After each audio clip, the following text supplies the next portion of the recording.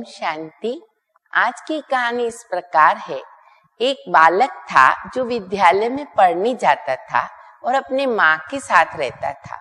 माँ बेटे का आपस में बहुत प्यार था। बेटा पढ़ने में भी बहुत तेज था और माँ भी उनकी सब इच्छाएं पूर्ण करती थी। एक बार बेटा पढ़ाई कर रहा था तो दरवाजे पे आकर किसी ने आवाज दी, माई ओ माई। तो ये सुन करके बेटा पुस्तक लेकर के दरवाजे तक पहुंचा। एक बूढ़ी माँ हाथ फैलाते हुए कहने लगी, बेटा मुझे कुछ दो। तो बेटे ने माँ को जाके कहा कि माँ, कोई बेटा कहकर के मेरे से कुछ मांग रहा है, आप मुझे दो तो मैं उनको दूं। माँ ने कहा कि बेटा भोजन वगैरह तो घर में कुछ है नहीं, तो चावल पड़े हैं, आप चावल दे दो। बेटे ने कहा, चावल से क्या होगा माँ, आपके हाथ में एक सोने का कंगन है, वो निकाल के दे दो। जब मैं बड़ा होकर के कमाऊंगा आपको 2 कंगन बना के दूंगा। माँ ने भी अपने बेटे के प्यार में कंगन निकाल करके दे दिया। बुढ़िया को कंगन मिला सोने का, वो बहुत खुश हो गई और अनाज आदि लेकर के पेट भर लिया।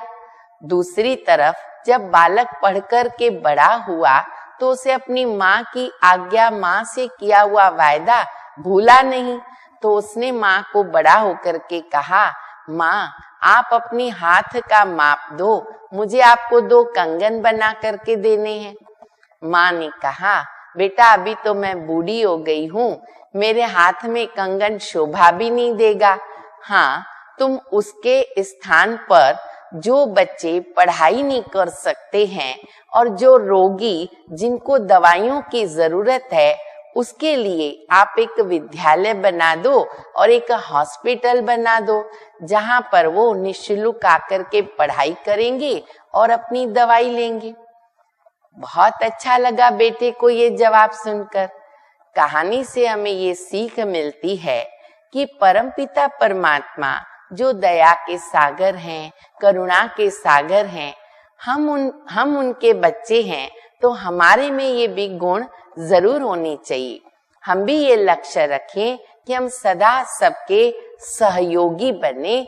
तब कहा जाता है कि एक दोगे तो पदम पाओगे। ओम शांति।